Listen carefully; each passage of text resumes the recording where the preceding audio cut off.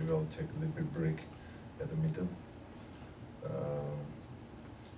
And maybe at the beginning, I'm going to do a short silent meditation, and then I'll give a little bit talk. And today's topic is a daily Meditation, yeah, daily practice. and concentration. I'll give my thoughts, and then I want to have an interaction so we can have some questions that related with your daily practice or the concentration. So that's kind of like what we're going to do. Okay, so first of all, we're going to do a short meditation. Basically, as you are on the chair, maybe I'll encourage, kind of being a little bit straight and touching your leg at the feet at the ground, and that's good.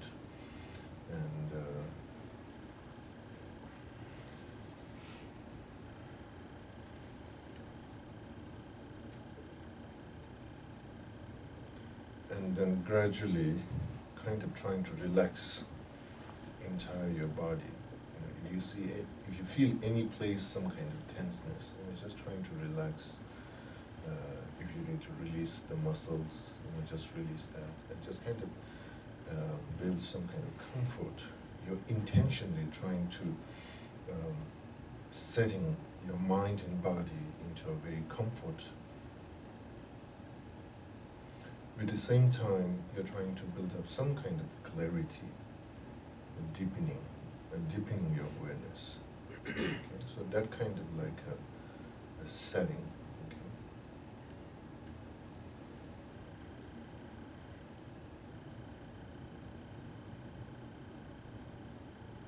Then even feeling your breath, you can take a deep breath one time and just kind of relax that, all the tension inside your body.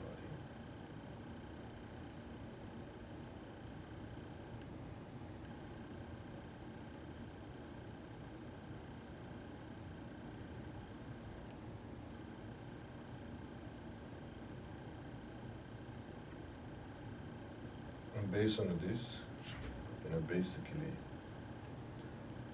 whatever you hear, whatever you feel, don't try to block any of your thoughts and feelings. Don't try to control any of your thoughts and feelings. Just kind of release and relax.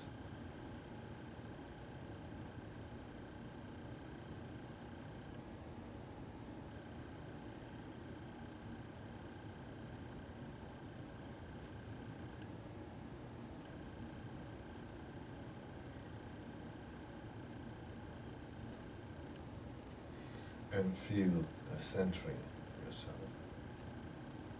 At the same time also, take a deep breath.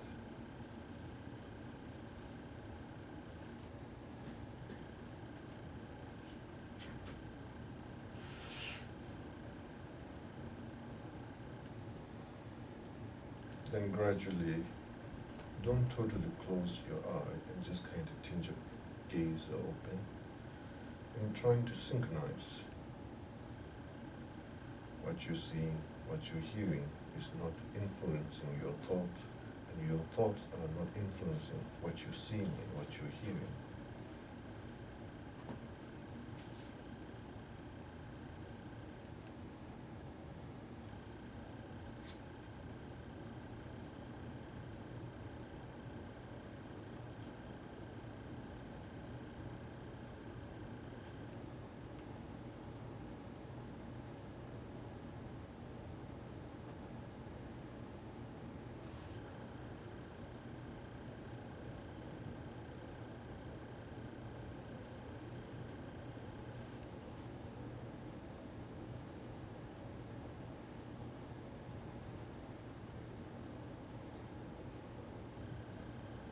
Then gently bringing your attention to your breath.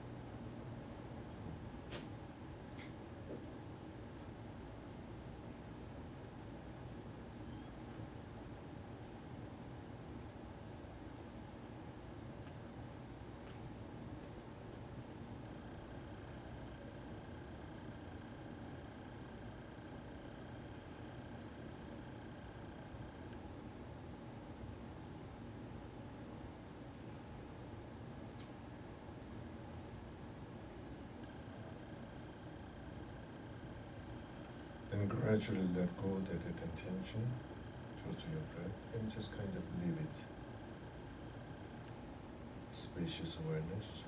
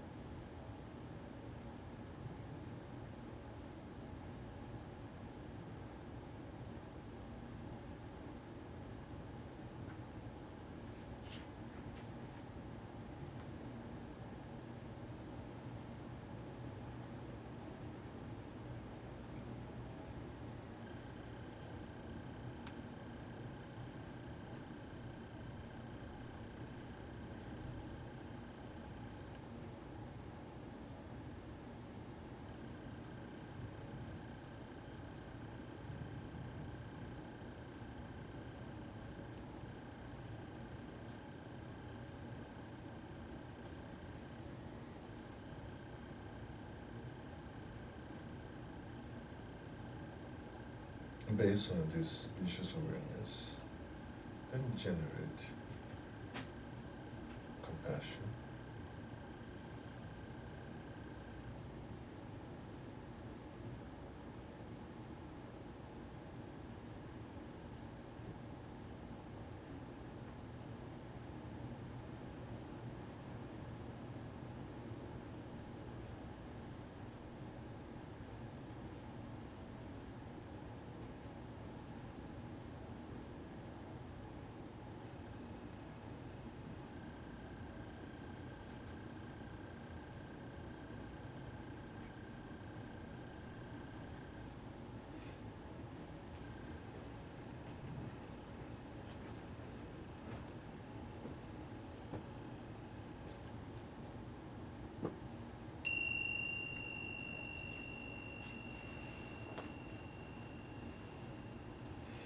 Okay.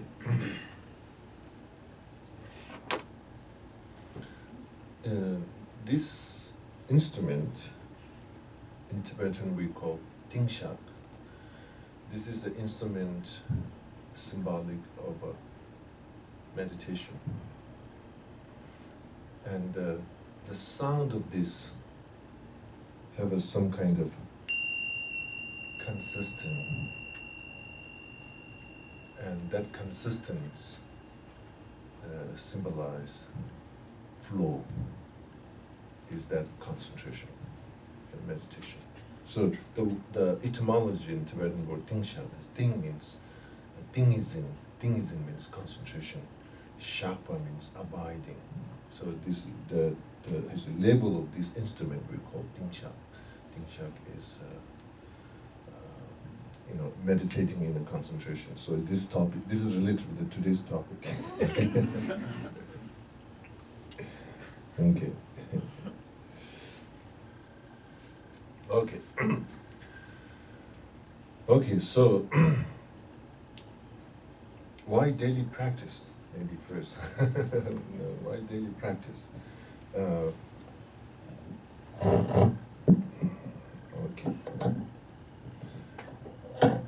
I think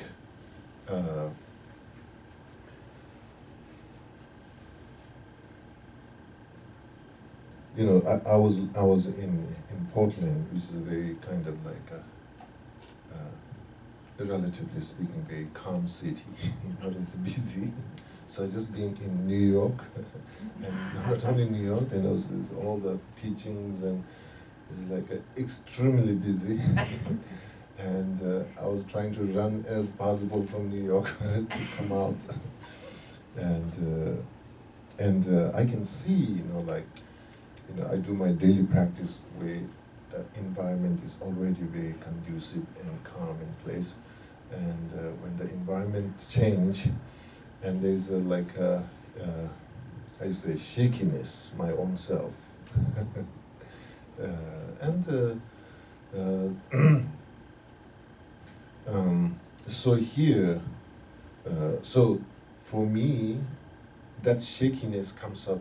Only the refuge is, going back to my own practice. That's, something that externally I can find some distractions. I have my relatives, and I can find some distractions for that shakiness. But that's a really temporary solution. And for me, only the options of going back to my practice, sitting down and having going that deep spiritual path or that deep friendship with my own self, really strengthening myself back to be able to come. So therefore, lots of our human, lots of problems we're trying to solve, we're trying to solve through almost like some kind of temporary solutions, trying to distract that problem, or ignore that problem, or repress that problem. Okay, we're dealing with some kind of many, how you say, temporary solution. We are applying lots of temporary solutions. So it wasn't obviously it would be not effective. Okay, so now. I feel our daily meditation or daily practice is something that our building up our own, keeping up our own immune system as a very healthy. It's not so much our daily practice is, kind of addressed to specific challenge that we are facing. Is nothing like that. It's a daily practice. We as an individual person, as a being, very spiritually, very grounded and strengthened. So therefore. So basically, daily practice is really important. Even particularly if you live in New York. I think if you want to survive in New York, you have to have a daily practice, I think. Okay, so again. So, basically, daily practice, because in such a crowded, such a kind of active, energized city, takes our human energy and intention totally outward. Almost like it emptying yourself. You just took it out, everything. So there's nothing internally grounding your own self. So we as a human being and the individual, I think once we lose that and totally everything's basically related with our senses, then I think it becomes quite empty. We become kind of hollow, empty. So a daily practice is trying to, rejuvenating and strengthening that we as a human being, as an individual, that inner, I say grounding. It's just our human spirit becomes much more kind of confidence. I wouldn't say confidence, it's much more kind of peace within our own self. So daily practice is something that it is not necessarily, basically what I'm saying is a daily practice is not necessarily address and overcoming specific problem. It is something that, like a water, we drink it, it just kind of like it gets our immune system, our health, just getting strong and healthy. Okay, so that's, I think, many times when we feel some kind of we lost, something that empty our own self. There's lots of things around us, like same thing, sometimes, there's lots of things around us, but you still deep down you feel there's something's empty, something's missing. You don't know what is that, okay? And that is the only way to catching is something that you need to do, or something, a meditation. It don't have to be Buddhist meditation. It don't have to be any kind of tied with religion or dogma, but something that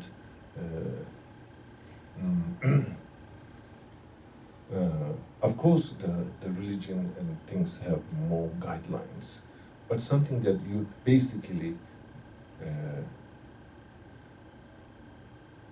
certain level of a meditation with a combination of a compassion, of a kindness, I think that can be grounded spiritually our own self. Okay, so okay, so now.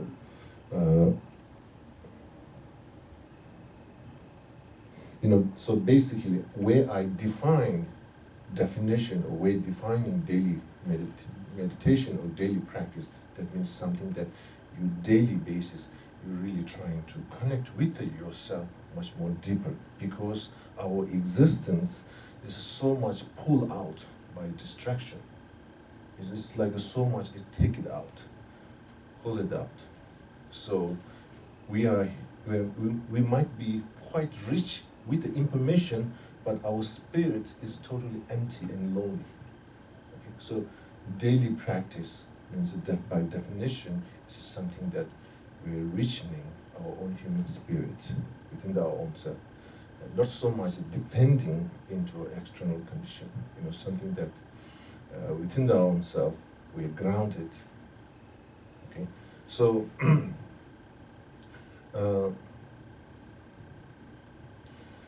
so now, if that is what really means a daily practice, that means by definition, the definition I created, okay, is if you look at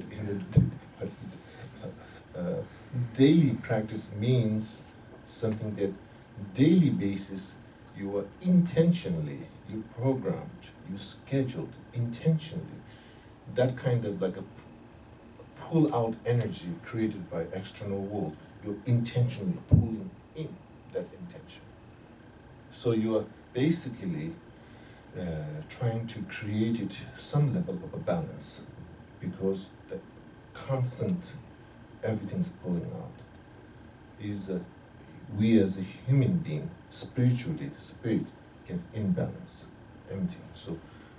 So that's, I think, when you say I'm doing daily practice, we need to think, what I'm doing. If I don't do daily practice, or what's happening, maybe my teacher will, I committed for my teacher, or I committed, then this becomes like a regulation. I should do a daily practice because, if I don't do it, because pretty much I'll get unbalanced. There's something that you see as how much, as an individual, how much it's going to affect as your existence. Okay, so that's what really we're trying to doing. So for that reason, you can, whatever method, you can do sitting practice or walking meditation or whatever method to getting that, pull to bringing into a middle and some kind of balance. You can sit down, you can stand up, whatever practice. That's what we want to accomplish at the end of the day. Okay, so that's what I mean at daily practice. Okay, so format of a daily practice, I think format. So that's the definition we're going to see what means a daily practice. So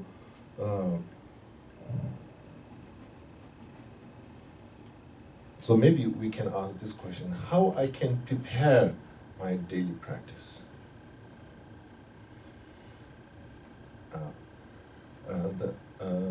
The easy part, okay, tomorrow such and such a time, that's easy to establish, easy to kind of, easy to lay out. Maybe I'm not sure easy to engage, easy to lay out. But there's something more than that important, is to able to prepare our own self, not schedule-wise, not like our schedule-wise, emotionally or intentionally or spiritually, how we prepare. That's, I think, a really important part. The rest of things, putting in the schedule, putting in that, is a relatively, we can figure out quite quick. Now, for that reason, I think many times we get lost into there, and I need something. I don't know why.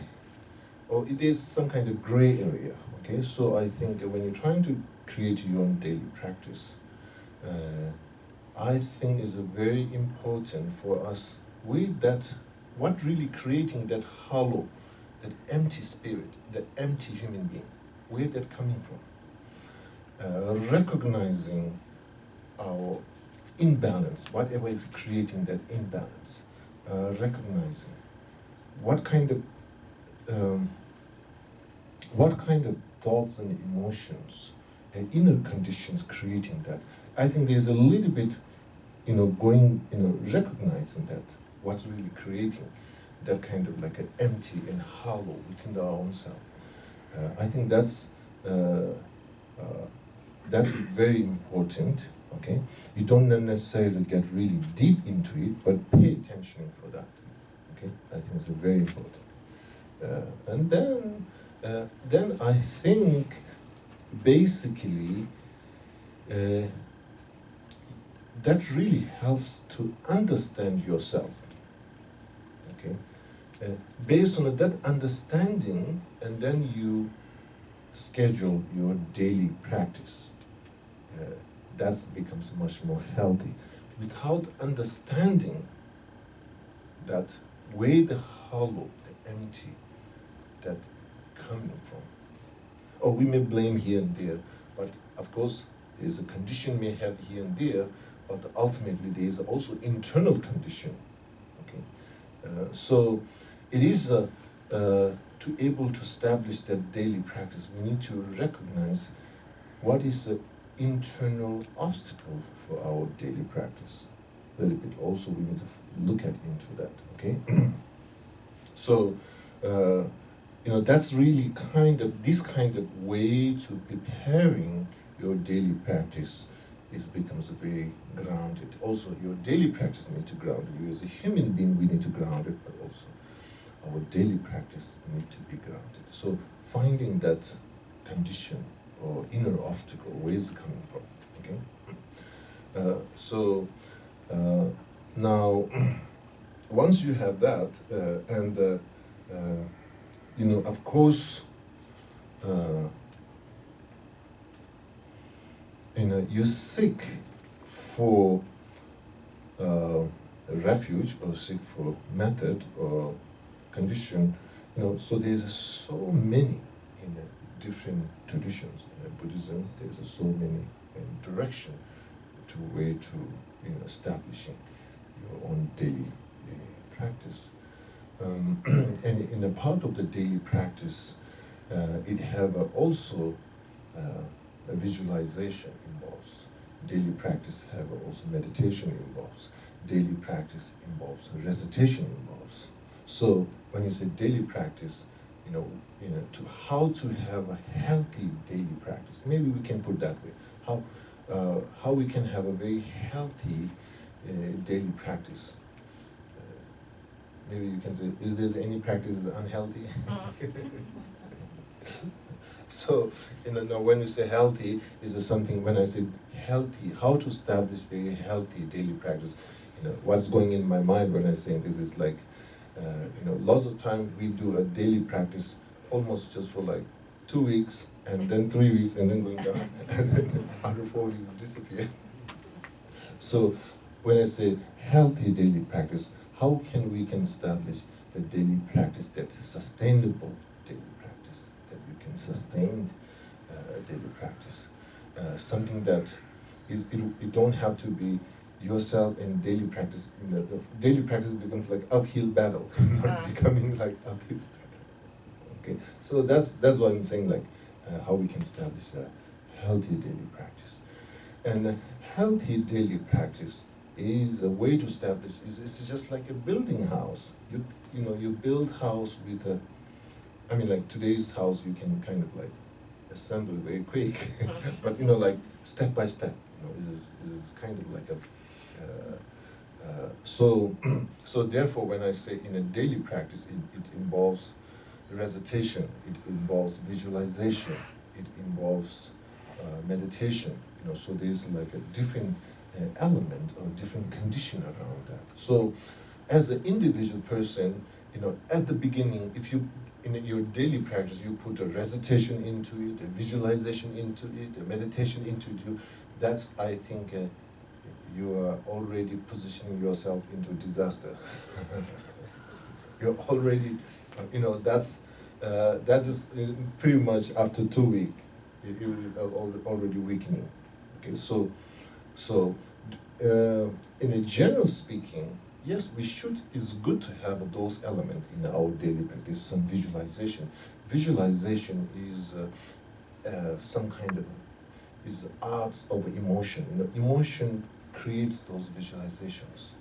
Is this something, the emotional expression, is a visualization, imagination.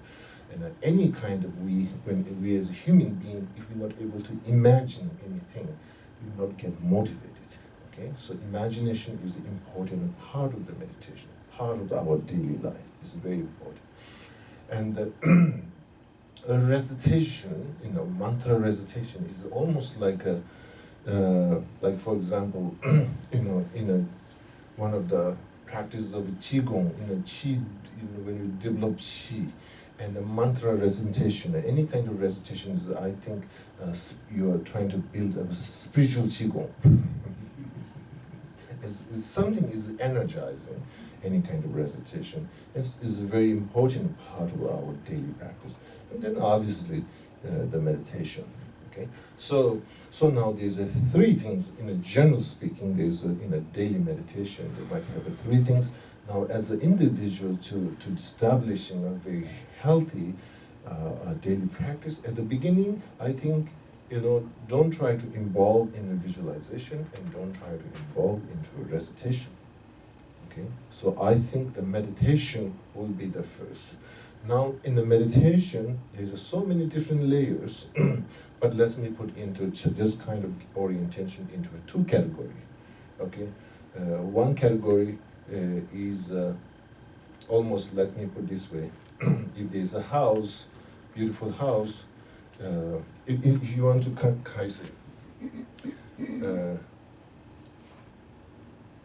rearranging the house, then I think you shouldn't bring things inside first. Whatever things that you don't want it, you need to take it out, or your closet or garage, or things need to take it out.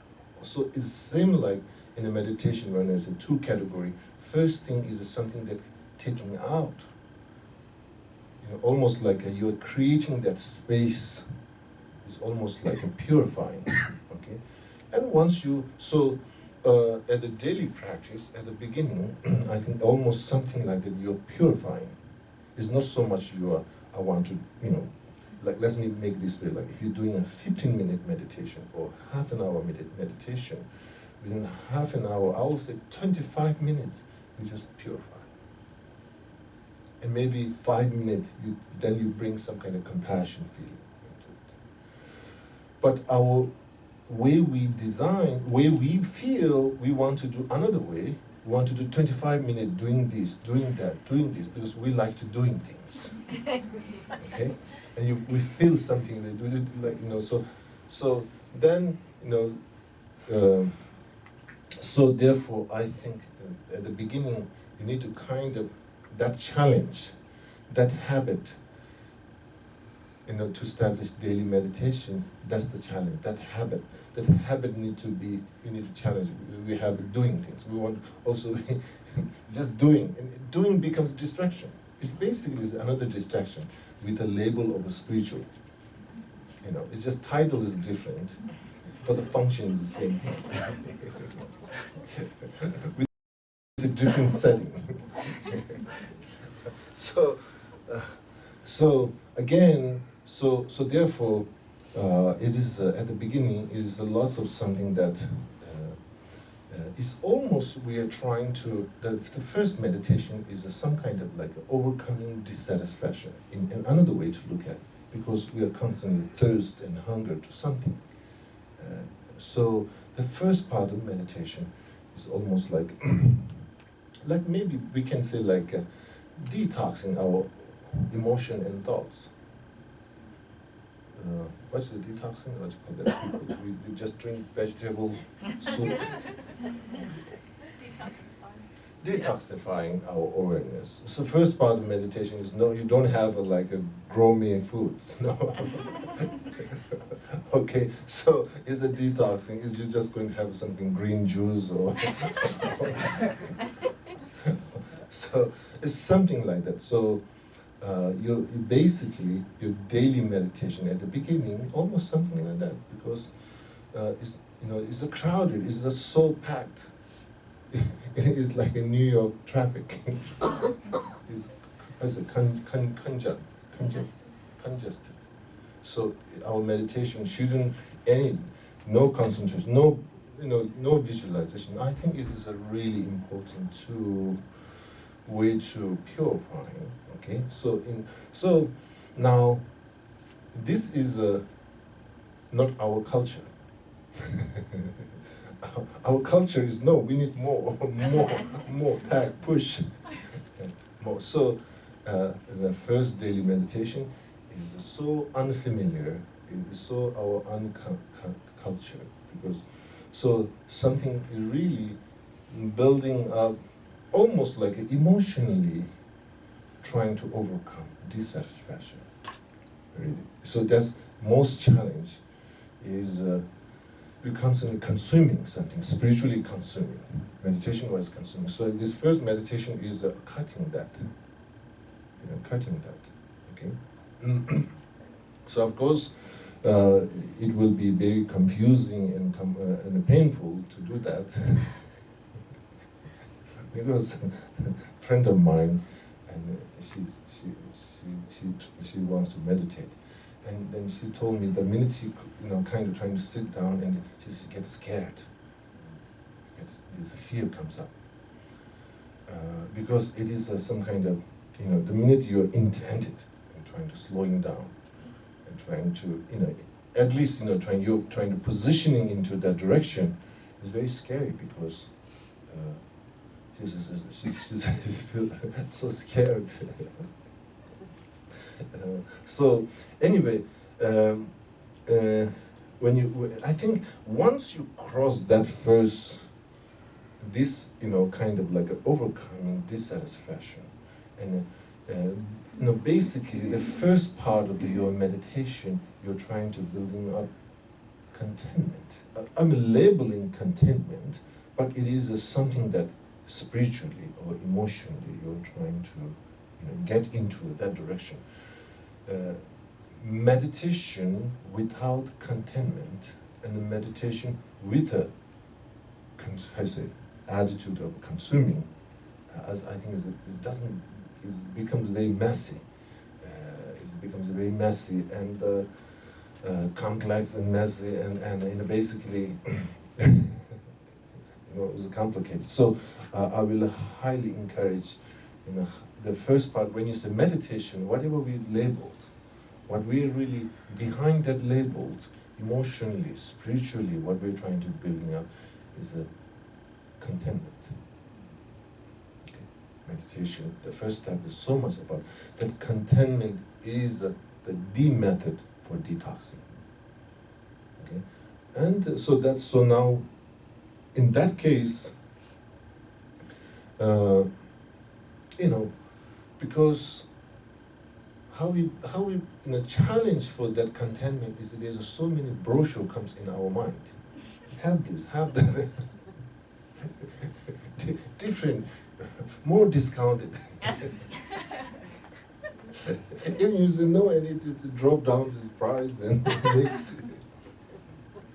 Anyway, this basically this dissatisfaction or attachment, distraction have a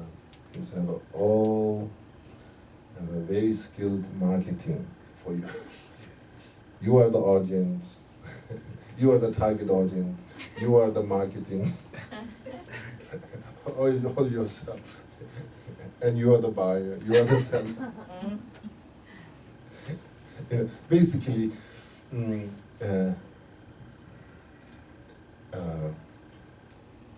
that deception. Basically, how we going to basically we need to kind of not to caught into the deception.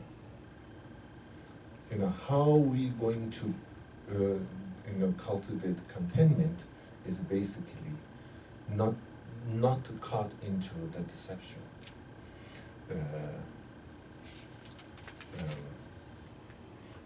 Which is basically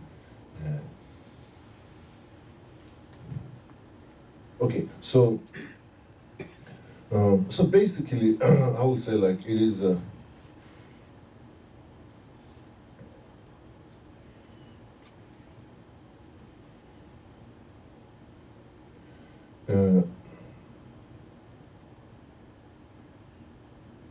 Basically, that brochure, non-stop, it will be there. So you will watch your karmic debit card. Is that karmic? Sometimes they're trying to sell. The most how to in Portland sometimes that I want to buy, and then I'll look at really I need this one. No, I don't. Go back, and then they will send my mind send me a different brochure. I should buy it. Okay, I'll go there. Sometimes because those shopping malls, they change where they put things. I couldn't find where is that. Yesterday was this corner. so I'll go there. And again, really, you want this? No garbage? So anyway, so basically, none caught into that deception. So how there's a certain discipline it takes. This is basically being awareness becomes a foundation for that discipline. Okay, so being aware, like how these things comes up. Being awareness, basically fundamentally that awareness. So okay, so here daily meditation is something at the beginning part is basically you are not fighting with your attachment and a distraction. You're not trying to control that, but basically you're trying to, a little bit, kind of, I would say, being aware and distant, a little bit distant, not totally caught into that. So you're trying to build up that kind of. So if you're doing 15-minute meditation, basically. Working with your thoughts and emotions, that will be the basically. You're nothing. You're just working with what you have. Your daily practice. You're not trying to bring something new into what you don't have. You're just working with what you have. What you have at this moment, unfortunately, all those brochures. Okay, so that becomes a kind of like that. So I think daily practice when we start, we need to start with, I think whether we don't like or not like, I think that's important because that need to be cleaned up. Without that, we can bring very fancy meditations and complicated meditations, and then, there's these things we need to deal with. We need to deal with this. Okay, so I think so that kind of awareness and meditation, if you do like 2 weeks, kind of when you committed, when you're establishing a daily practice, I think it's very important you commit it, not like 3 months or 1 year or 2 years. It's not good. I would say being that kind of awareness and you commit it for yourself. Okay, I'll do this for 1 week. 1 week, you have it clear when you're starting. You have it very clear when you're going to stop. And there's this kind of very doable. And I think where you start that, I think is a good, like, committed for 1 week. It's a sin like committed 3 times a week, committed 4 times a week, or committed whole week. I would say you started with that kind of format. scheduling. I think it's very important because sometimes daily practice we have kind of like either you do like daily basis the rest of your life or you don't do it. It becomes kind of like a very less space to breathe and less space to train yourself. Okay, I think if you're living in the mountains in Himalayas, maybe it's okay. There's a space, but it is so overwhelming. Okay, so therefore, basically, if you're able to do daily practice in Washington D.C. or New York, I think one session in those big cities, your daily practices, I think if you're doing in mountain, if you're doing in the Himalayas, in mountains, in cave, 1 week meditation is, I think one session in New York City or Washington D.C. is equivalent in 1 week in the Himalayas. So let me put it this way. One session, myself, in New York, is maybe 1 week equivalent in Portland. Okay. Okay. So again, this is very important for us. Sometimes what we do is, maybe when I retire, or maybe if I'm in some place, we imagine, if I'm in such a place that I can do, we put this kind of like excuse, okay? So maybe think that way, like one session in this kind of busy and crowd and distracted place is the equivalent of 1 week in the Himalayas. And that's really true, I think. It's really, really true because in Himalayas, yes, this is already the environment is so conducive. There's not that much challenge. It's really, yes, there's a lot of support.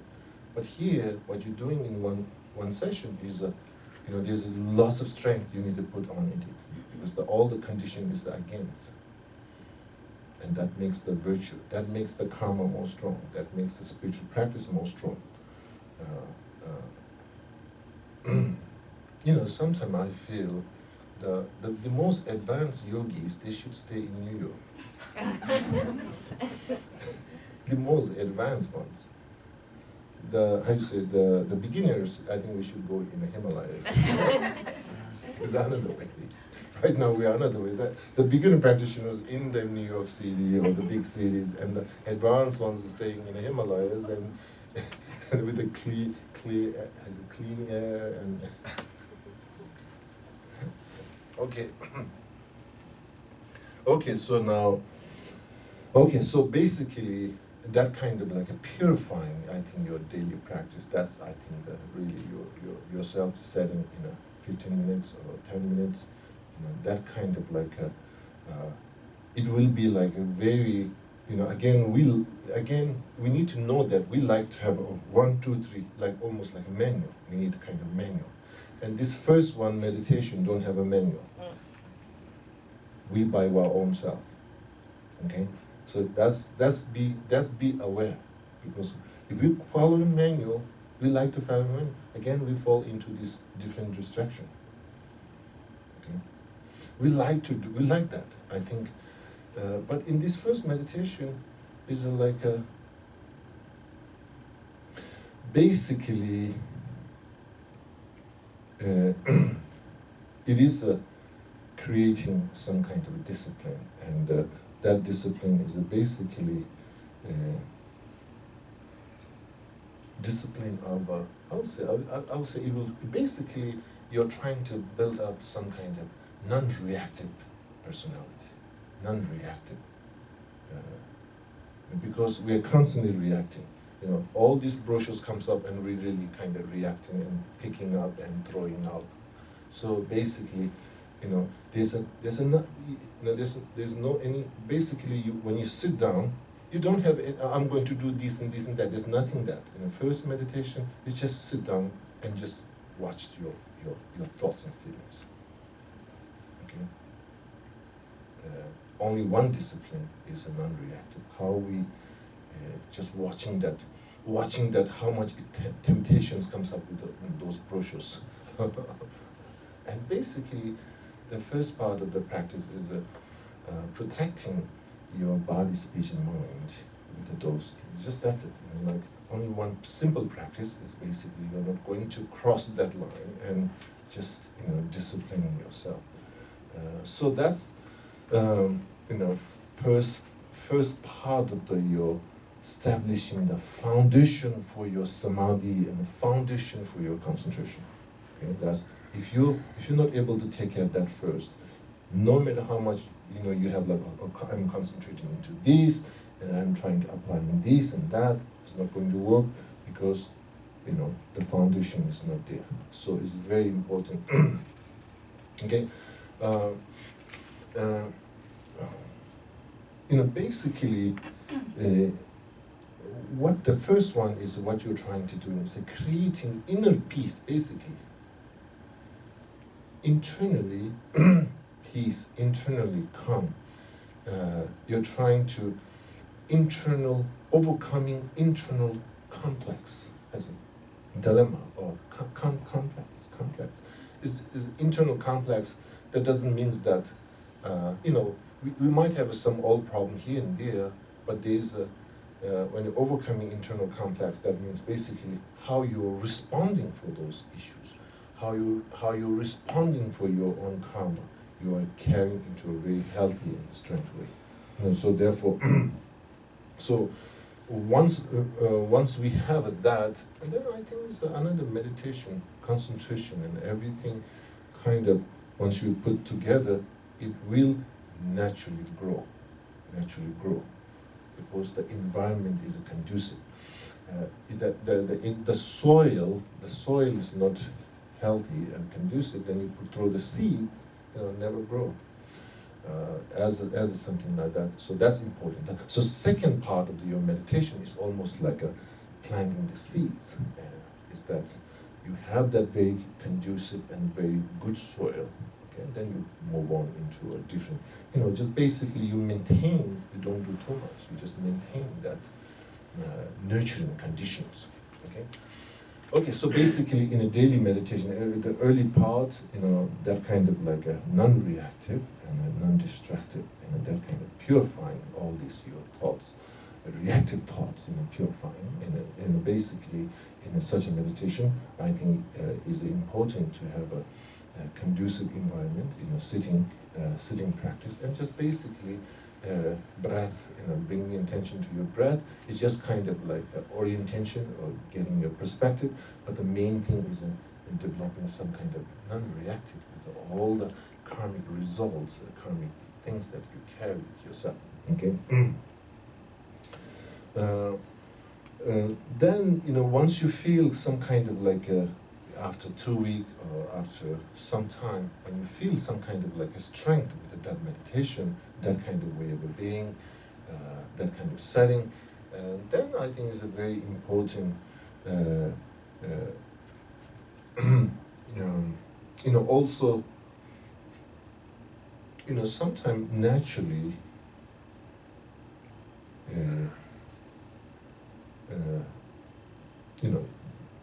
if you are already, studying practicing Buddhism, and then naturally, there's a different imagination and visualization, like Buddhas and Bodhisattvas, on your altar, whatever image, holy image that you have, those representing all this enlightened quality.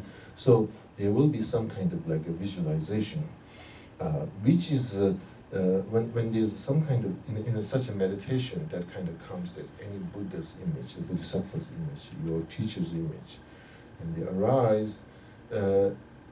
I think that these are the image or the imaginations are, I think, is how you say, manifestation of some kind of our emotion.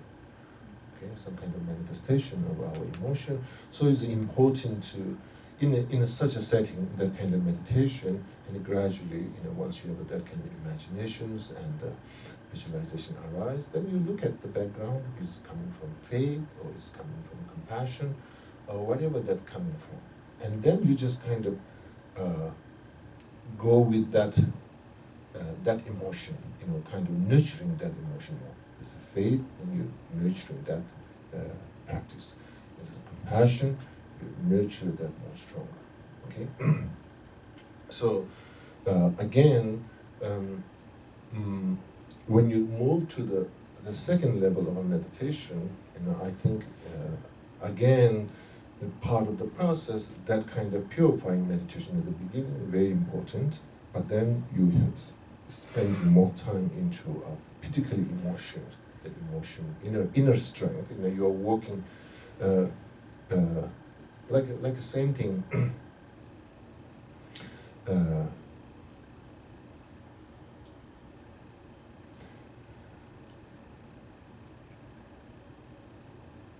I think there's many different things, but I think the compassion meditation, I think is almost like the what you call in a physical exercise, you have to have what you cardio workout. Okay. Now spiritual workout, we need a compassion workout. Okay. That's like the cardio. That's like the gives the all the circulation. Is that cardio helps the circulation? Okay. I would say compassion meditation is almost like it helps the circulation of our spiritual path. Okay. That's feel as like a heart. You feel so. There's so many different things. Compassion is I think is like that kind of like the cardio. So yes, I think it's very important to go into meditation and compassion.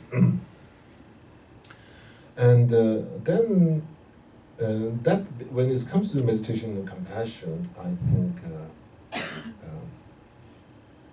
it is a complex. I think we have an idea what is a compassion, sense of feeling, is it sympathy or is it empathy, all that whole different things. Are we describing the actual compassion, or are we describing the kind of manifestation of that emotional feeling? What is a compassion? That's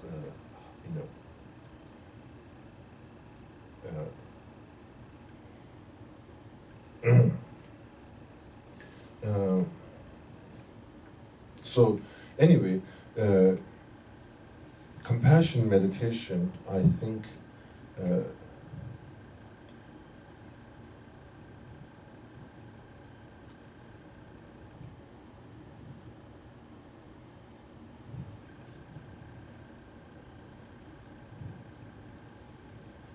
sometimes I feel, maybe it's not right, I'm not sure.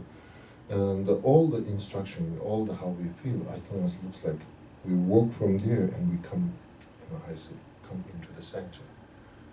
Like compassion training is almost like somehow it's I feel like working from the edge and then coming into a center. So what I mean that is the compassion description and definition, we are only to define at the edge, here, okay, this is a compassion, this is a this. But in the journey of a meditation, compassion is not only this, it need to really come in, kind of come into furthermore into in the center. So what is changing, what is the different? It won't be this kind of very specific addressed emotional feeling in one layers. Right now compassions are very specific emotion, specific defined emotion. And compassion, ultimately I think is not specific defined emotion. That's what I'm feeling. I'm not sure.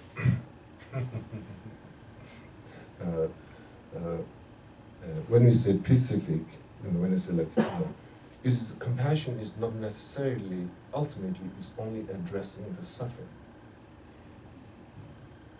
Compassion can be addressing happiness. compassion can be addressing everything, positive, human nature. So how we define, how we understand at the beginning is a very addressing, very specific. Okay.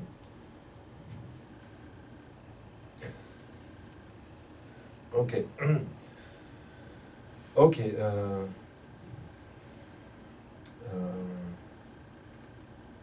So in the second level, when you reach in the second, I think the compassion meditation will be the key thing.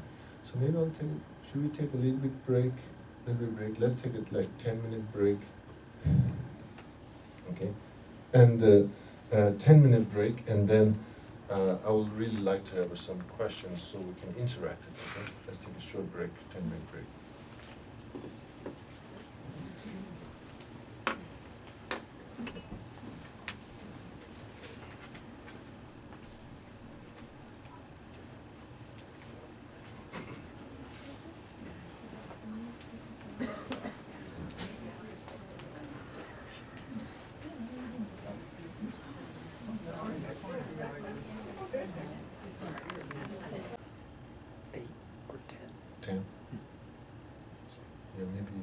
Maybe can you distribute 10 of them? So I was thinking of doing Heart Sutra.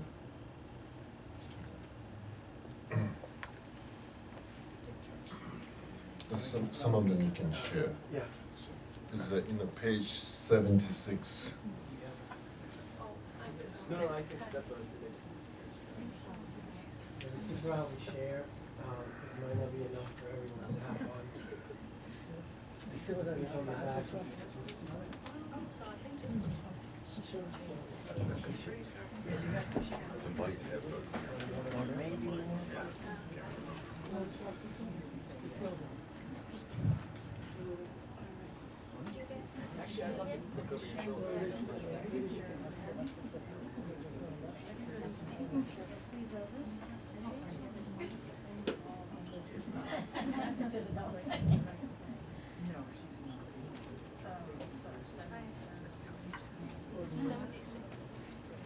Yeah, page 76.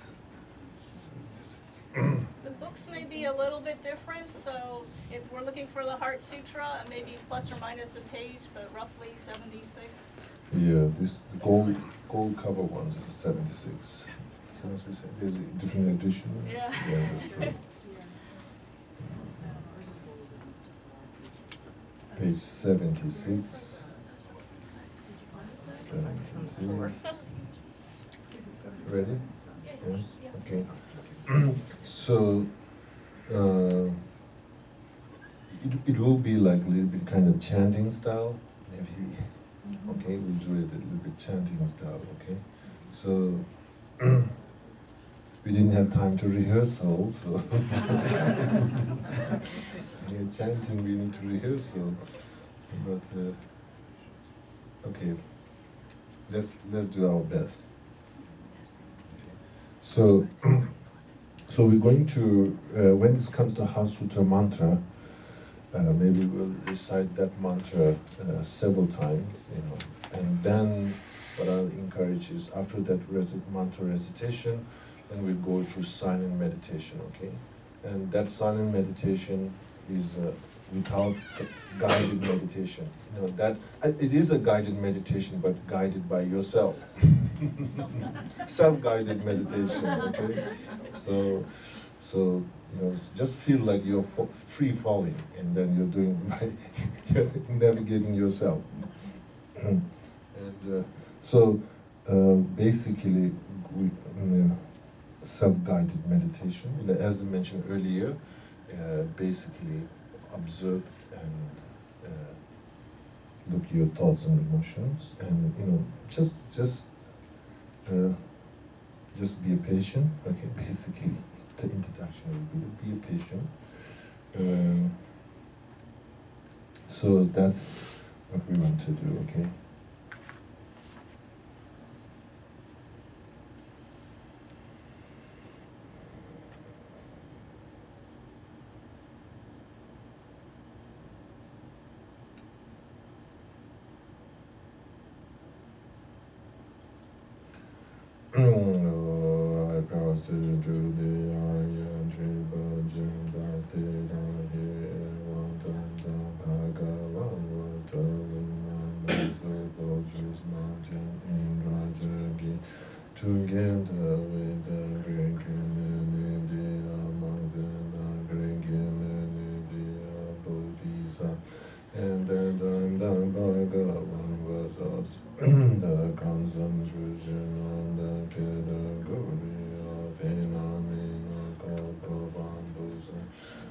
soya danda bodhisattva mahasattva aya avalokite.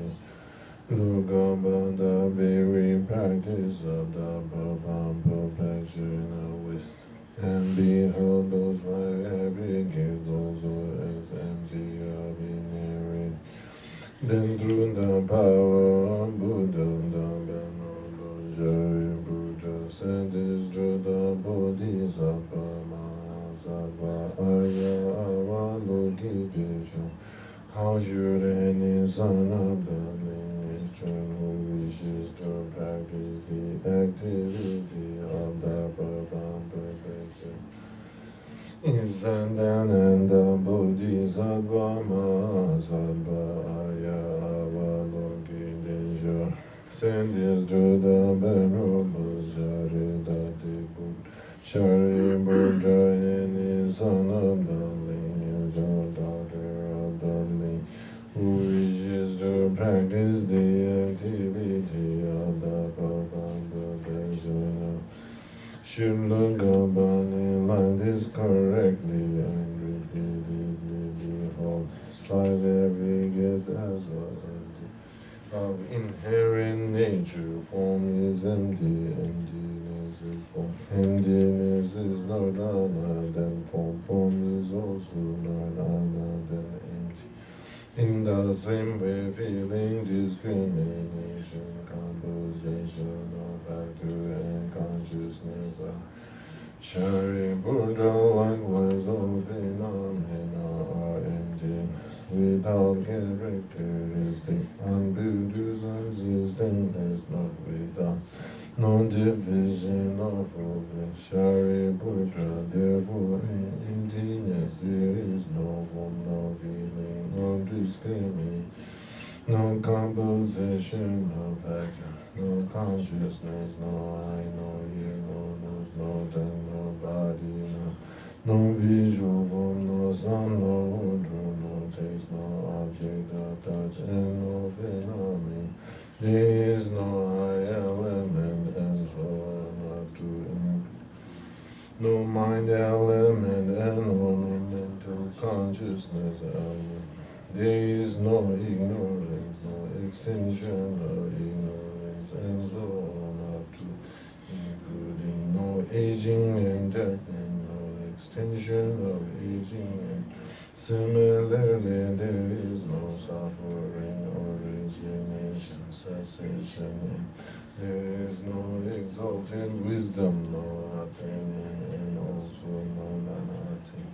Shariputra, therefore, because there is no attain, Bodhisattvas rely on the dwelling, the perfection of the mind without observation and without having completely passed beyond error. They reach the end point of nirvana. All the Buddhas who dwell in the Vedas also manifestly completely awakened. Possible, perfect, complete enlightenment, rely on perfection of wisdom. There is no mantra of the perfection of wisdom, the mantra of greatness, beyond past, the mantra equal to the unequal, the mantra that thoroughly pacifies all suffering should be known as truth. The mantra of the perfection of wisdom is declared. Tayata gati gati para gati para samgati bodhi so. Tayata gati gati para gati para samgati bodhi so. Tayata gati gati para para samgati bodhi so. Tayata gati gati para samgati bodhi so. Tayata gati gati para samgati bodhi so.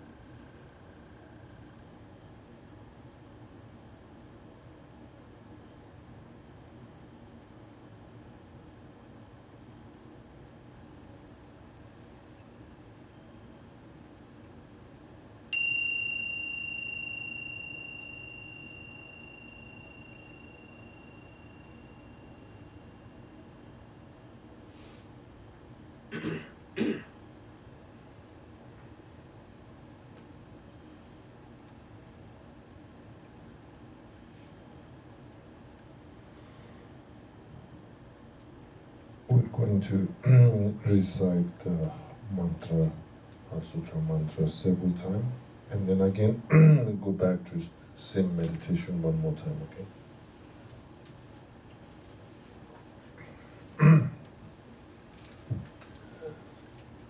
Daya da gati gati para gati para samgati buddhiso.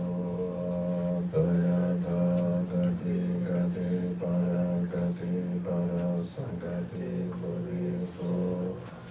Daya da gati para samgati buddhiso. Daya da gati para Samgati Bodhisoha Dayata Gati Para Samgati Bodhisoha Dayata Gati Para Samgati Bodhisoha.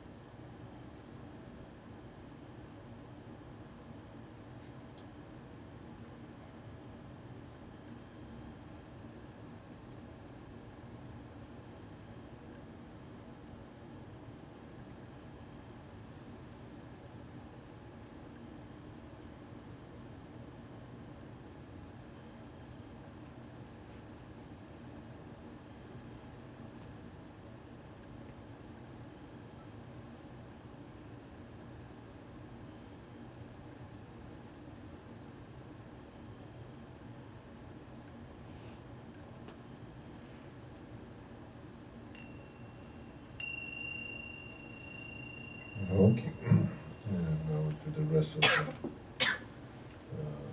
Heart Sutra.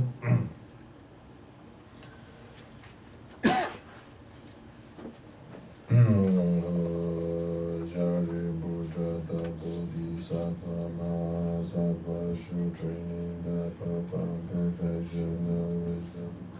Then the Bhagavad rules of the concentration and the Kanigata Bodhisattva Mahasattva Aya Avalokiteshvara say, well said, son of the lineage, it is like that, it is like one should practice the profound perfection of wisdom just as you have indeed. Even the Tathagatas, which was the Bhagavan, having thus spoken the Venerable Sharitati, the Bodhisattva Mahasattva Aya Avalokiteshvara, and the surrounding India entire long with the rules of God, humans, asuras, and ganja. Joining the highly praises the spoken by the Bhagavan.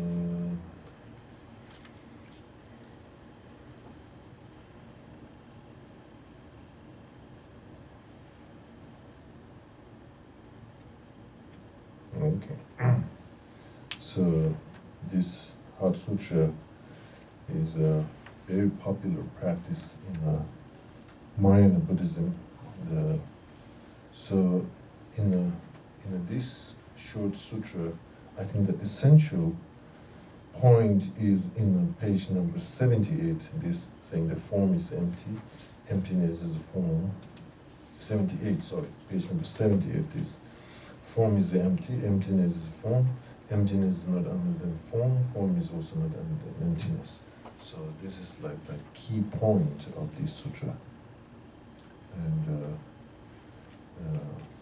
again, this meditation in the emptiness and the meditation that we described earlier have us, that kind of meditation is not directly known as a meditation of emptiness, but once you have that meditation grounded, then I think that will be a very fundamental foundation to building the meditation of emptiness. Okay. So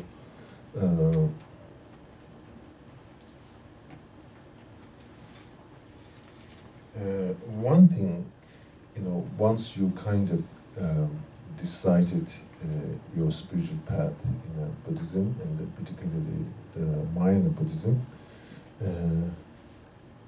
I think it would be good if you're able to memorize Heart Sutra. Anytime you come and say memorize this, memorize that.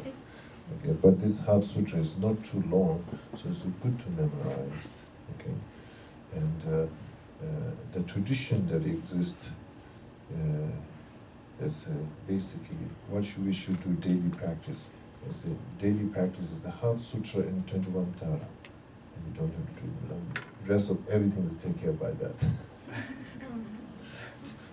The teachers in the early time, the abbots, will encourage don't have too many complex practice. Just do Heart Sutra and 21 Tara.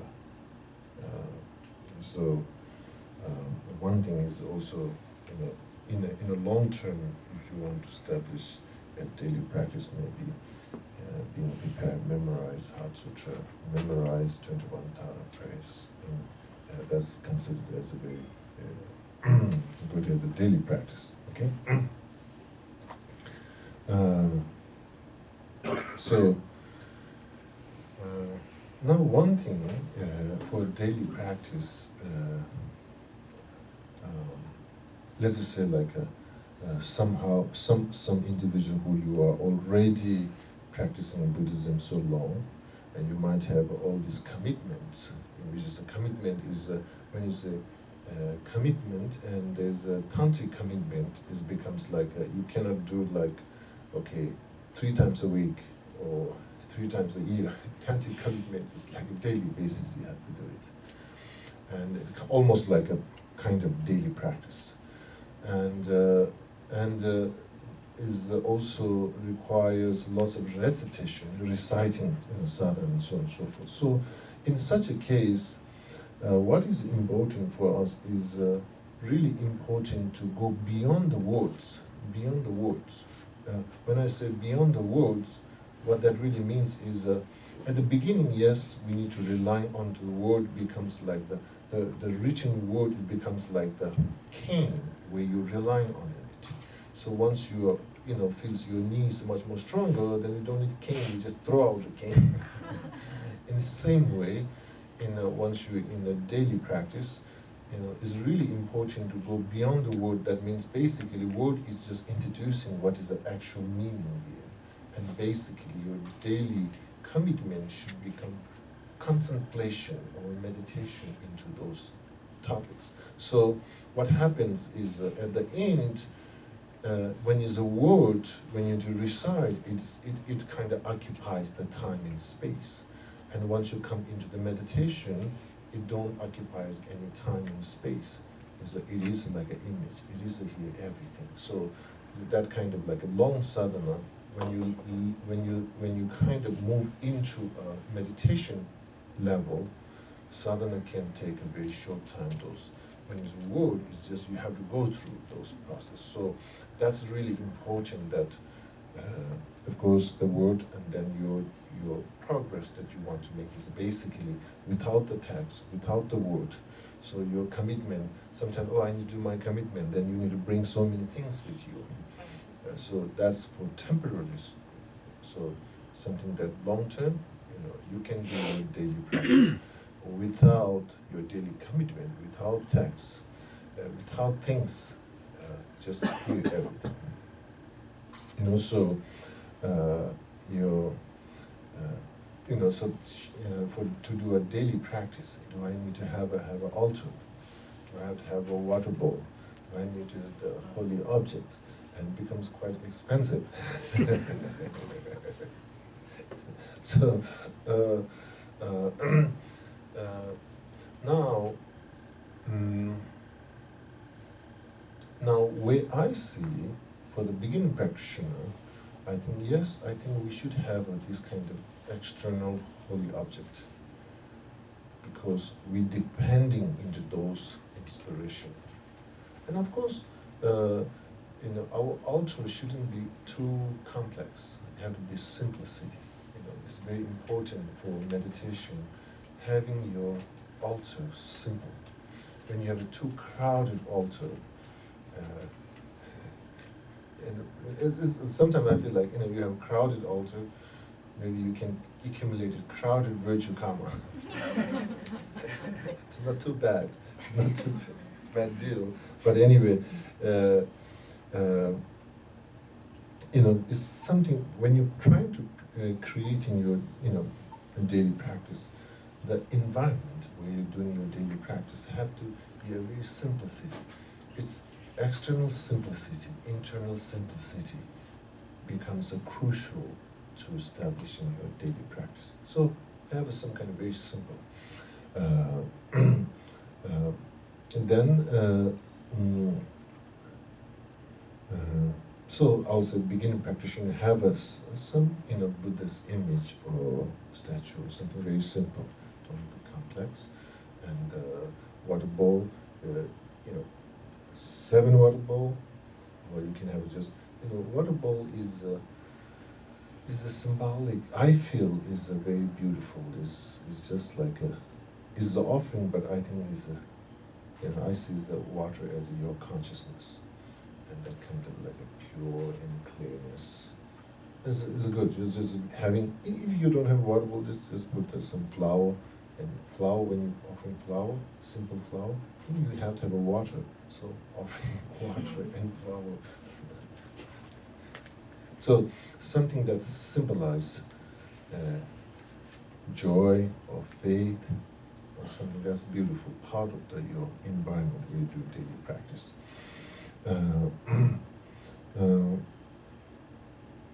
And then, of course, sometimes I feel the color may play some kind of important role. Your color of your cushion, the color of your altar, where you, because we are visual, so it's impact. So something color-wise, if you don't have a really bright color, much more like a very warm color, it's very simple.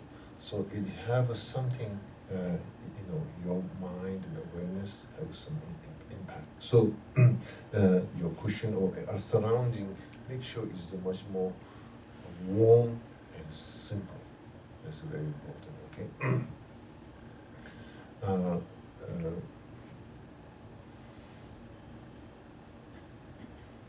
Then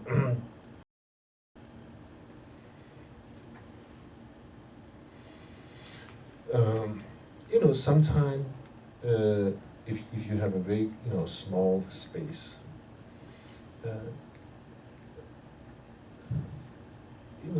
it's okay to do your daily meditation on your bed, where you sleep. It's okay to do on it. You know, sometimes the reason I'm saying is, you know, sometimes when I'm traveling, somewhere in a hotel, when it's a small room, and you're trying to do that, your commitment underneath your bed, that is somehow the space-wise, it's not so good, you know.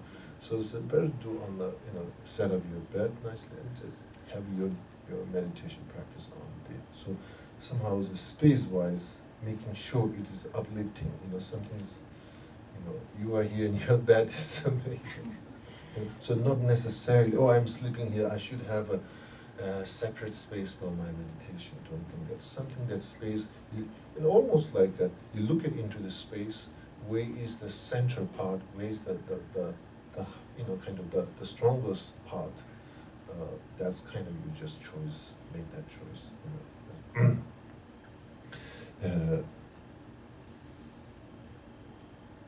Sometimes bathrooms are so big. Don't do a meditation, daily meditation in your bathroom. but sometimes they are really big.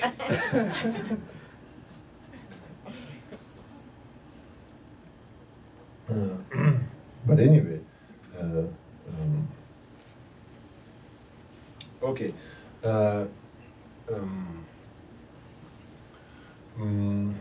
Then I think one common question is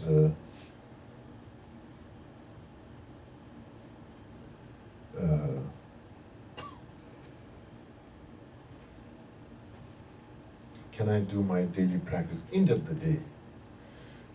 When you're totally exhausted. So that's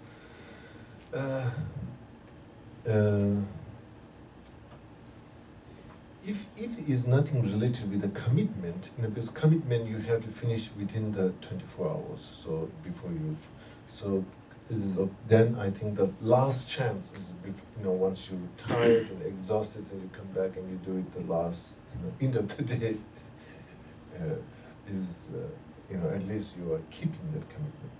But if it's a daily practice that's nothing related with your commitment that you kind of have to do, then I think it is definitely, if you're doing it 3 times a week or 2 times a week or 5 times a week, and I think it's important to do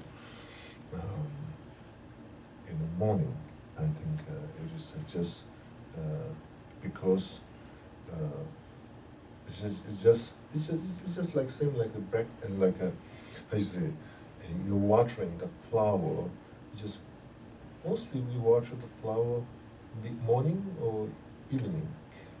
Morning, yes. When I was in Kopan, in the late 70s, early mid 70s, we all have a small garden that we have responsibility. So we have a morning session from 6 to 8, and 8 to 8:30.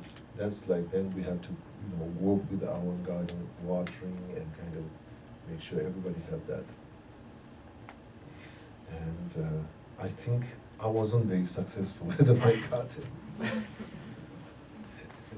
And the garden that my responsibility is next to Lama Yeshe's, and he have a really strong, high expectation for the garden.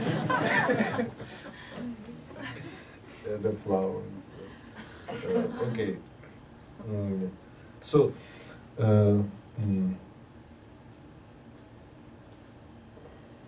okay.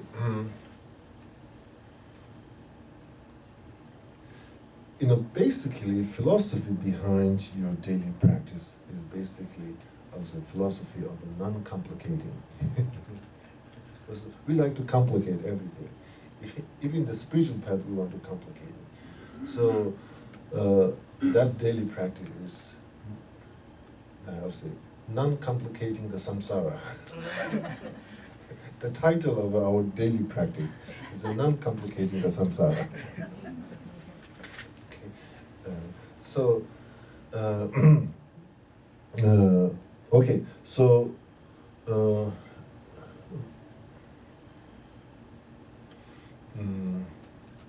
Now again, our practice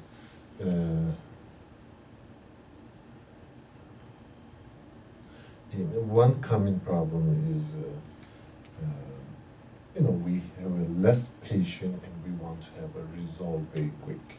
And that's also, we need to kind of, from the beginning, you have to kind of expand your motivation, your intention, you need to expand from the beginning. When you have very short intention or the motivation, then, of course, you almost want to have something immediately after one session or two sessions. So, don't really kind of pay attention that much into the result, and give it all attention to the cause. That's sometimes we like to give a full attention, like a 99% attention to the result, and we want to give 1% attention to the cause. So because of that 1% of the cause, then the journey to accumulating that cause becomes so struggling, so tired. Okay? So also like another way. If we can do it in another way, I think the best. So then almost like it will become journey, it become like a path. It doesn't becomes like kind of something that you are conquering or fighting. Okay? Okay, then what things else?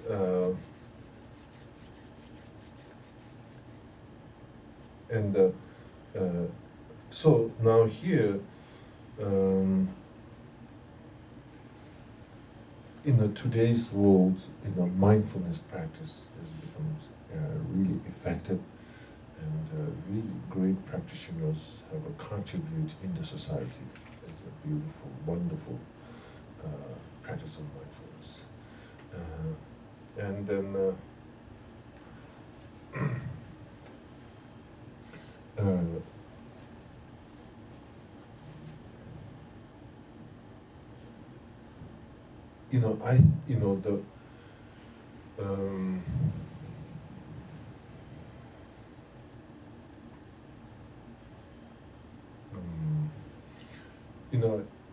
where I see is the methodology that introduced into the mindfulness practice in a daily basis is really what it's doing is cutting the fuel for samsara. It's just that mindfulness practice is really, because there's too much the projection, the judgment, the distraction. So the mindfulness practice is basically trying to cut the supply, cut the fuel. And this is what's, because of that cutting, that fuel makes a space and a peace and a definite. Okay? Then we need to have also think another side, then we have to grow also. We need to grow also. So therefore,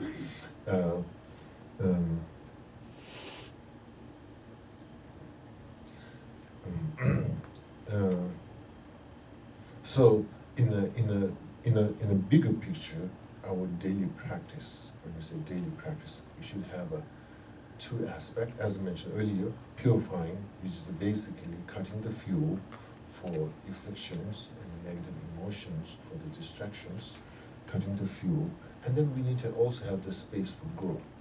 Okay? The second part of the meditation, growing part, I would say that meditation and compassion is the ultimate for the growing part. So basically, mindfulness and compassion. Mindfulness and compassion. In our daily, if we define our daily practice having those two elements, mindfulness and compassion. Okay? And the mindfulness, where I see, usually mindfulness is all the meditation have to have a compassion making practice and meditation and compassion. You have to have the mindfulness integrated into the part of the practice. Okay. So the one thing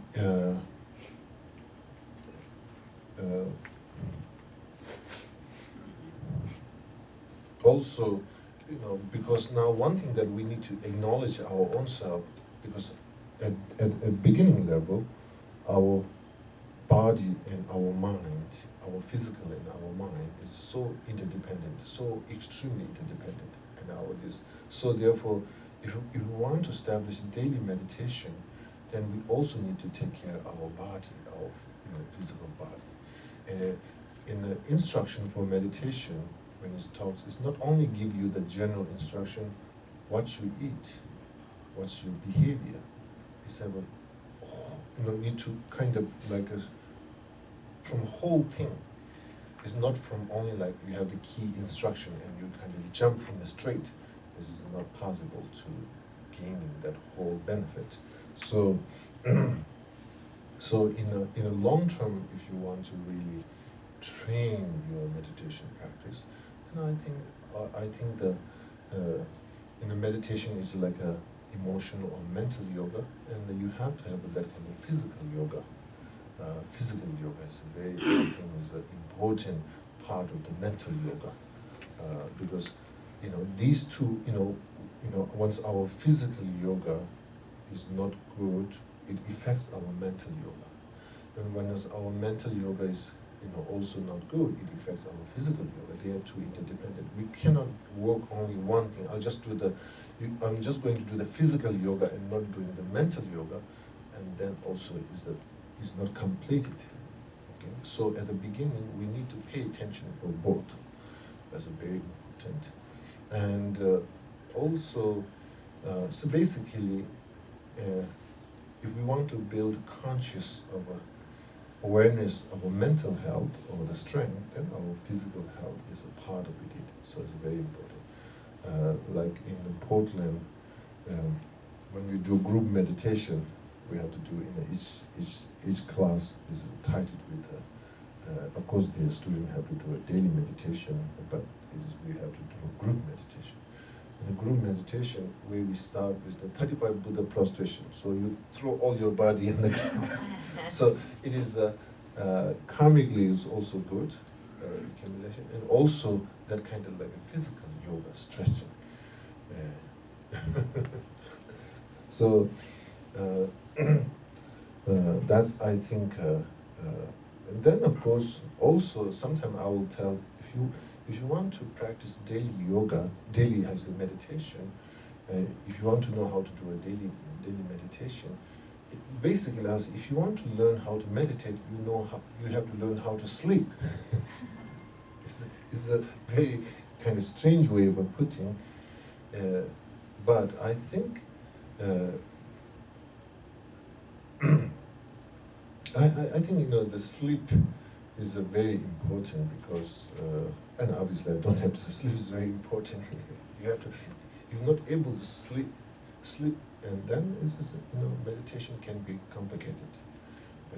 So to able to sleep, all the physical element aspect of it, you have to have a pay attention to everything. Okay, so to building up really good meditation, you have to need to look at from many different perspectives.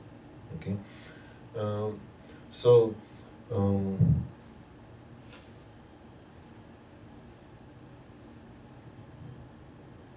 then one thing I think is important, meditation,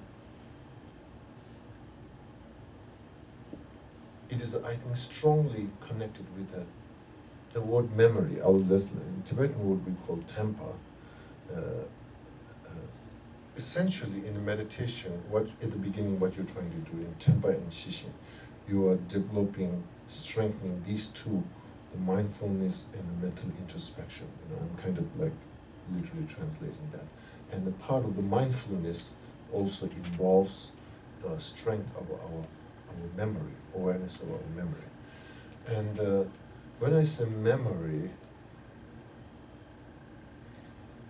for concentration, I think memory plays an important role. That kind of like a short-term memory or long-term memory, in both cases, I think they play some important role.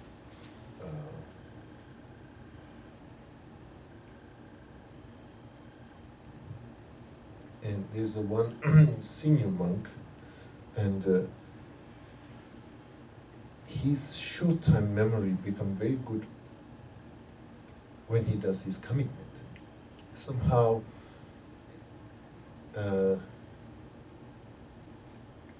quality of, he said, I don't remember right now, let me do my commitment, I'll remember everything. It's something with a commitment, it calms. With a commitment, it calm downs. So I think why our human short-term memory was, again, there must be many different theories, but when I look, my perspective is we lose short-term memory because there's so much obstruction and crowded. Okay, that's all. And to prove that, improving that short-term memory, basically that conjunction need to be kind of purified, and then it comes. So this senior monk known for that. Then he does his commitment, and then because of the commitment, somehow it's the kind of pacifies that kind. And he remember all the short term whatever he need to do. He said, do this and do that, and I need to do this and that. Okay.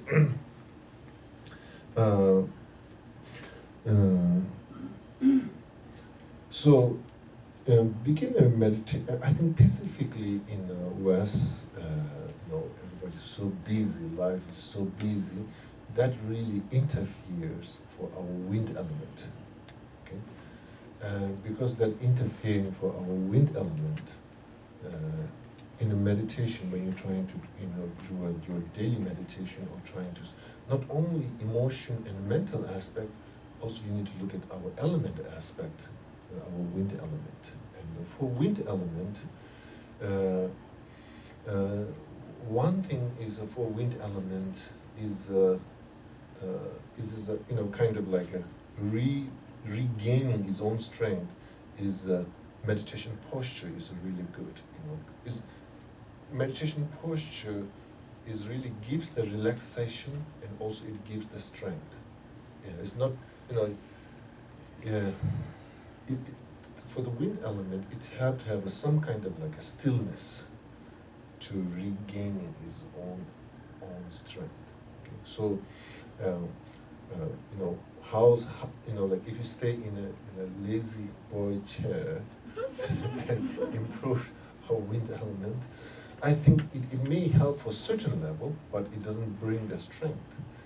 So wind element, I think, is one of the key eruption happens because of the lifestyle in the West. This is so busy and that kind of coding.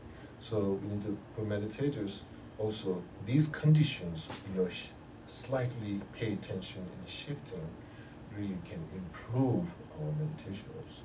Okay? So that's basically in a Tibetan medical point of view, basically the wind element is one of the key things that we need to. Also in the meditation instruction, it says the awareness and emotion is like the rider, and the wind element is like the horse. So emotion and awareness to function, to move on, that horse, that vehicle is like the wind element. So at the beginning meditation practitioners, we are really communicating through the vehicle, not the actual person who are riding that vehicle. So we somehow working through that wind element, we're able to subdue that distracted rider. Okay, so I would say like also pay attention for our wind element. So basically, what is the anxiety? Anxiety is one of the symptoms of the wind element distracted. So there's so for in such a case, basically, what is the sign? It is when you lose your warmness over your legs and hands, and that kind of like a warmness feels so cold. Is also symptoms or sign of the disruptions of your wind element, and that makes it very easy to anxiety and these kind of feelings. And it becomes very, and that also affects your sleeps and so on and so forth. Obviously, so. Pay attention for our wind elements is the movement and the physical yoga movement and the keeping of warmness, and those things are really also non-reactive. There's so many conditions to look at it. Okay?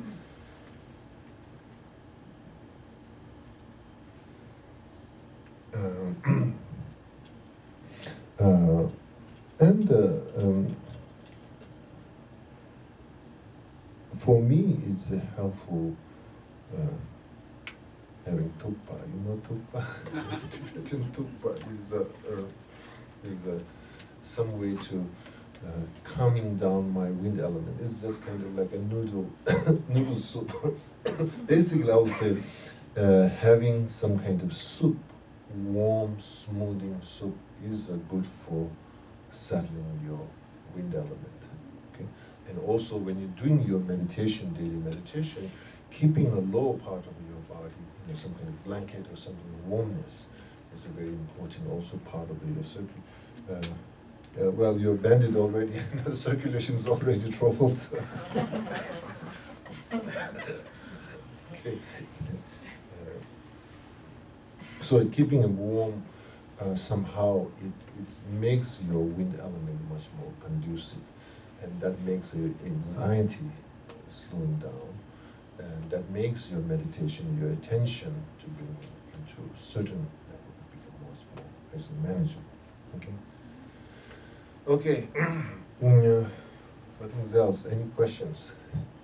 So if I've decided that I want to follow this spiritual path, Mm-hmm. what is the very first beginning step? I know as a Christian, I was baptized. Mm-hmm. So what's the equivalent, or what action do we make to align ourselves with this practice, or to say, yes, I have committed myself to Buddhism as a spiritual path? Mm-hmm. What do we do? Is there an action we must take?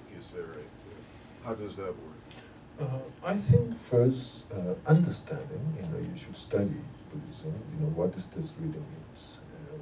I think that we call three wisdom of understanding first, then wisdom of contemplation, and wisdom of meditation. So I will highly encourage you need to expanding your awareness of Buddhism. Okay, then for certain extent, but don't. Sometimes we get expanded, and then lost. so pay attention. Sometimes it's like there's endless things.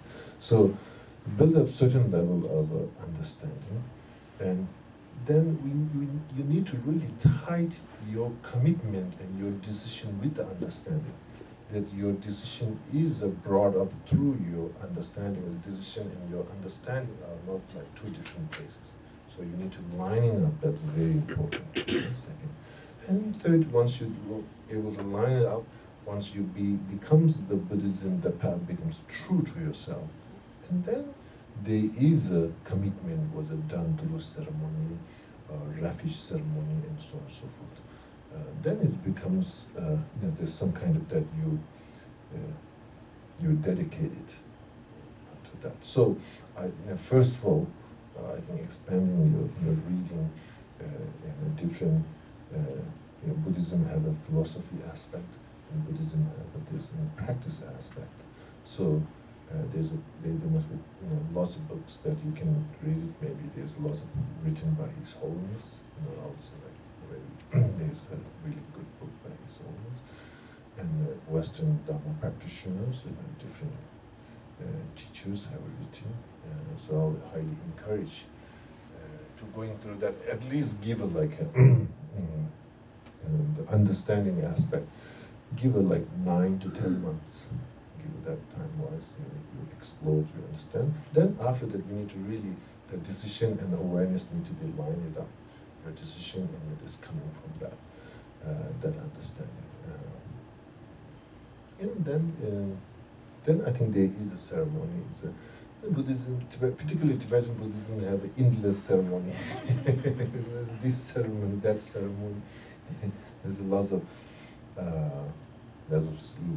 of way to kind of celebrating that your own spiritual decision.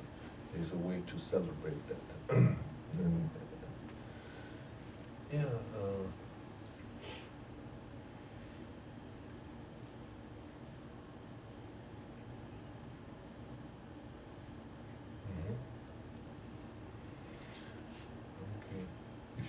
it's not mandatory to ask a question. If you have a question, it's good. Otherwise, you have question? Yeah, okay. Rinpoche, could you say a little bit more about, you were talking about compassion being maybe a specific emotion on the outside, but it Mhm. could also be expanded to include maybe aspects of happiness. Mhm. Can you relate that to so the formal definition of compassion is like wanting to relieve the suffering of most sentient beings. How does that relate to the point? It's Okay, a very yeah, interesting point yeah. that you're making.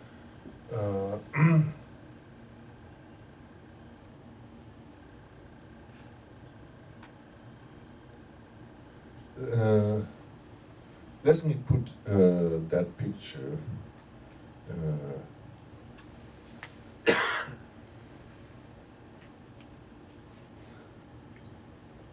In a simple way to put it is, I think I would say like compassion is awareness and a belief and a faith interconnectedness of all living beings. Okay, that's kind of like I'm trying to put it roughly in trying to translate. That's the definition I made it. Okay, that doesn't exist in any text. I made it up. Okay, so that's based on that. So at the end, compassion is something that kind of awareness and feeling. It's not so much, it's a specific issue here. Okay, I want to free from this and that. Is not necessary. We start with that very specific, this issue, I want to liberate from this and that. But ultimately, compassion should be something that awareness of that interconnectedness of all sentient beings. It's much more. It not exactly like equanimity, but it have something that.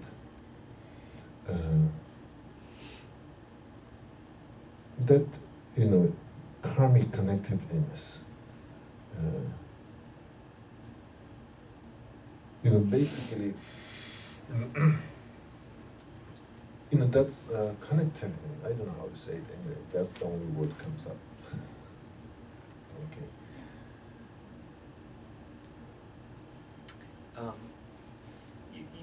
I know that finding a teacher or a guide is a very fundamental part of the spiritual growth. And you talked about the difference between, living in the West as opposed to the East in the Himalayas. And I know in the past, people would go and climb a mountain and go into a cave and find a spiritual guru to be, to help one along the spiritual path. Well, here in the West, how does one go about finding that teacher, that guide? And I will say,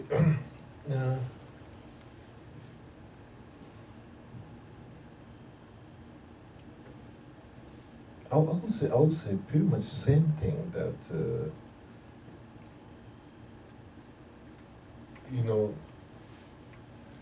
I say let's make some example.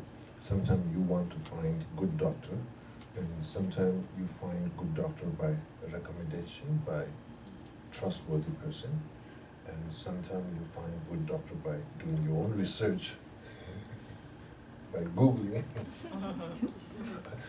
So basically, trust and awareness is a foundation to way to finding some kind of guidance. This is how it works. Okay, trust and awareness. So here, now, if as an individual, somebody that whoever recommending for you something that you trust that person's spiritual path, about so on and so forth, that really makes slight difference. Is easily to introduce. If in not that case, then your own research.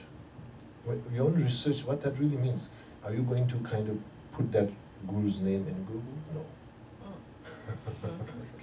I think the research will be your own developing your own understanding of spiritual path. At least you understand, you're knowing about that. And the rule of a guru is then taking that understanding and awareness in furthermore. Okay. So therefore, I will say, is sometimes we feel I liked it, and then we need to not only that I liked it, I want it, but the preparation for that is awareness. What is the Buddhism? What is the Buddhism? Understand, maybe introduction into Buddhism, getting very clear. Those different, understanding. And understanding will become very important, because sometimes once you establish this in a spiritual relationship, is complex. It's a very complex. Is as a usual relationship. An establishing relationship is particularly in a spiritual relationship, it becomes complex. So make sure you are able to compromise. Any relationship you have to have. You're willing to sacrifice a certain extent, and in a spiritual, that's also have the same dimension that need to be compromised and sacrifice. So lots of time the complex happens, because now the awareness and so on and so forth, understanding really protects when you face this kind of challenge. Basically, this is the same thing. Very carefully you need to establish.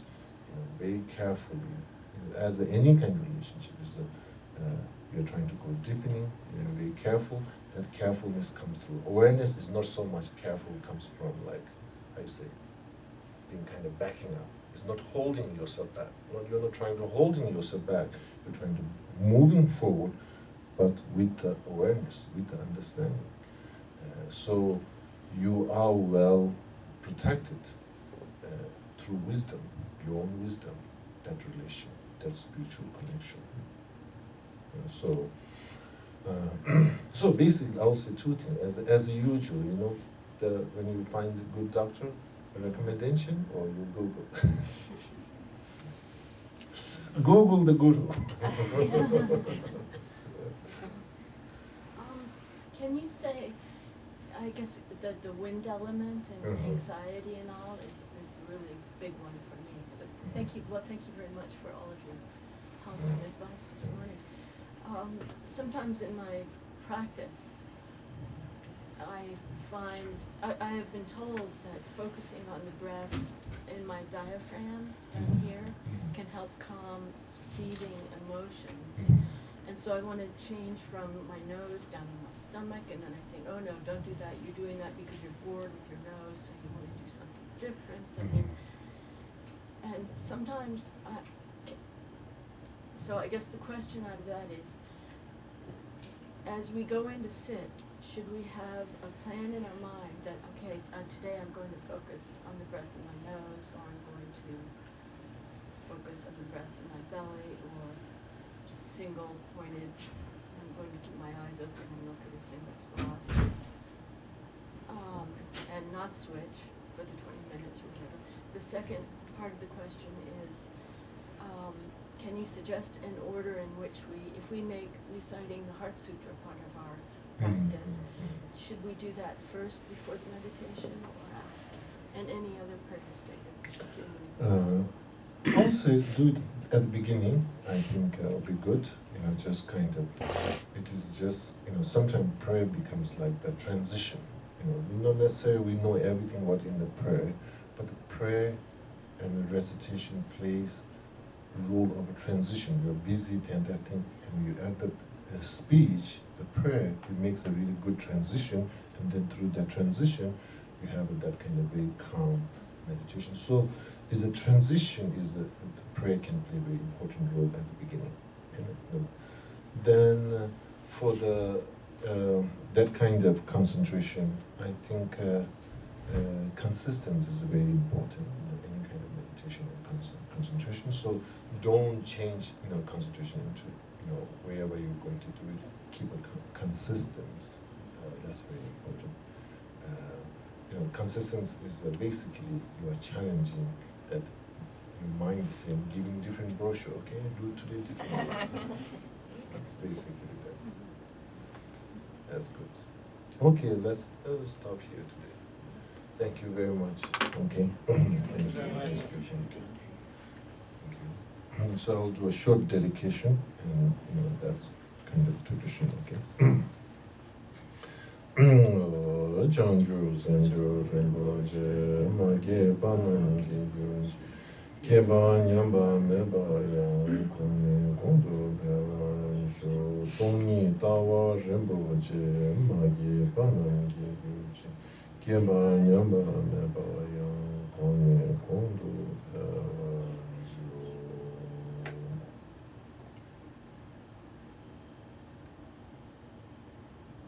Okay. Thank you. Thank you. Thank you. Thank you. Thank you. Thank you. Thank you.